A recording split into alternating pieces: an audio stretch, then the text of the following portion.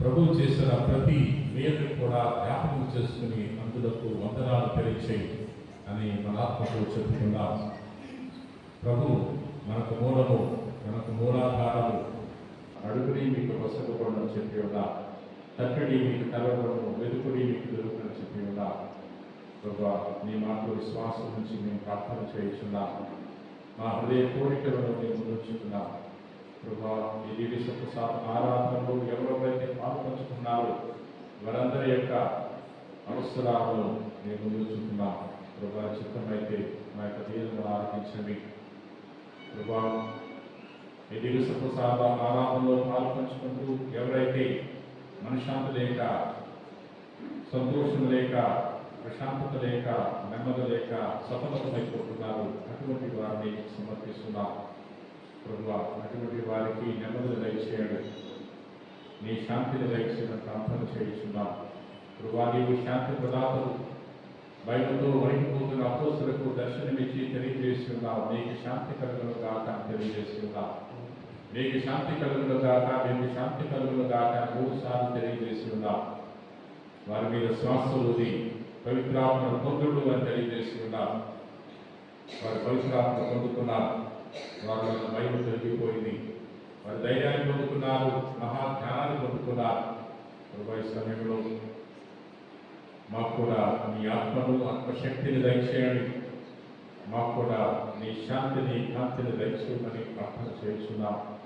ప్రభు మా మధ్య ఉన్న వారు ఎవరి కుటుంబంలో అయితే సఖ్యత లేదు, సమాధానం లేదు, ఐక్యమత్యం లేదు, ఆ కుటుంబానికి సమర్పించుకుంటున్నాం. ముఖ్యంగా ఏ దంపతుల మధ్య అయితే సరైన అవగాహన లేదు, సఖ్యత లేదు, నమ్మకం లేదు, అటువంటి దంపతులను నీకు సమర్పిస్తున్నాం. ప్రభు నిశ్చితమైతే వారిని చక్కదిద్దండి, వారికి కావలసిన అవగాహనను దయచేయమని ప్రార్థన చేయించున్నాం. వారి సఖ్యతతో, అనురాధనతో, ప్రేమతో కుటుంబ జీవితాన్ని జీవించడానికి నీ కృపావరంలో కొమ్మరించుకుని ప్రార్థన చేయించున్నాం. ప్రభు దివ్య సప్రసాద ఆరాధనలో పాల్పంచుకుంటూ ఎవరైతే ఆర్థిక సమస్యలతో సతమతమైపోతున్నారో అటువంటి వారిని నీకు సమర్పిస్తున్నాం. ప్రభు చిత్తమైతే అప్పుల భారంతో, ఆర్థిక సమస్యలతో బాధపడుతున్న వారందరినీ కూడా దీవించండి. వారికి అప్పులను తీసివేయండి, వారికి లేమిని తీసివేసి వారికి సమృద్ధిని దయచేయమని కూడా వేడుకుంటున్నాం.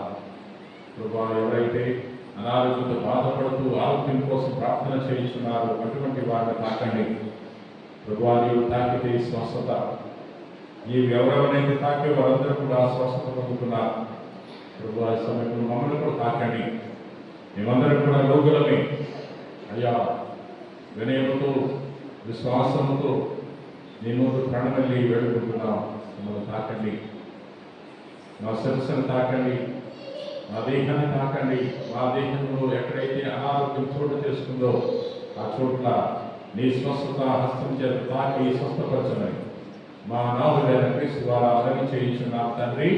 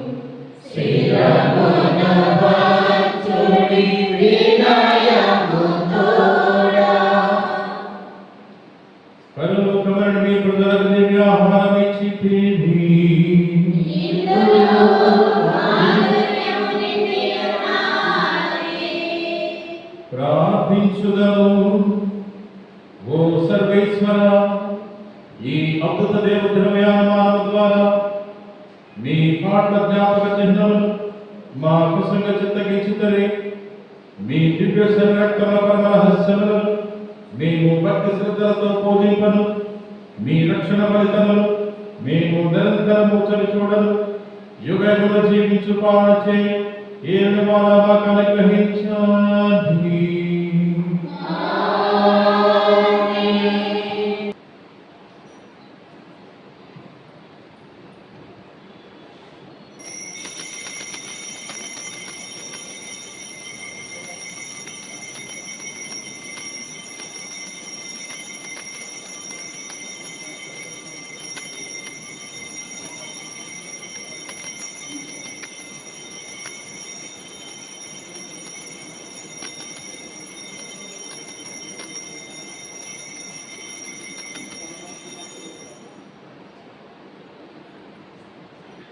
అతి పూజుడవు దేవుని గురు మధుర్యం గల వారి నామము నిజ దేవా మనవుడైన యేసు పవనమైన వారి నామము యేసువు యొక్క దివ్య హృదయం యేసునాథుని పవిత్ర రక్తం పీఠము యొక్క పరిశుద్ధ దేవద్రవ్యము మనమందును విచేసి యందు యేసునాథుడు ఓదార్చువారైన స్పిరితు సాంతు దేవుని తల్లి మరియమాత మేరీ మాత యొక్క అవలోద్భవం కన్యా తల్లియౌ వారి నామము ఆమె యొక్క మోక్ష రూపణం మరియమాత జోజపగారు